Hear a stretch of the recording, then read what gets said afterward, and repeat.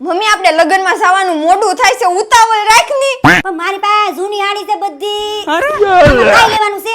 લે અન પછી ભાઈ ધીંગાણું જામ્યું કાય अरे तू जा रही આ તને હું ધીંગાણું લાગે છે પણ ઓલા શ્રીજી હાડી વાળા 50% ડિસ્કાઉન્ટ માં હાડી આપે તો ભાઈ ન્યા જાવ ની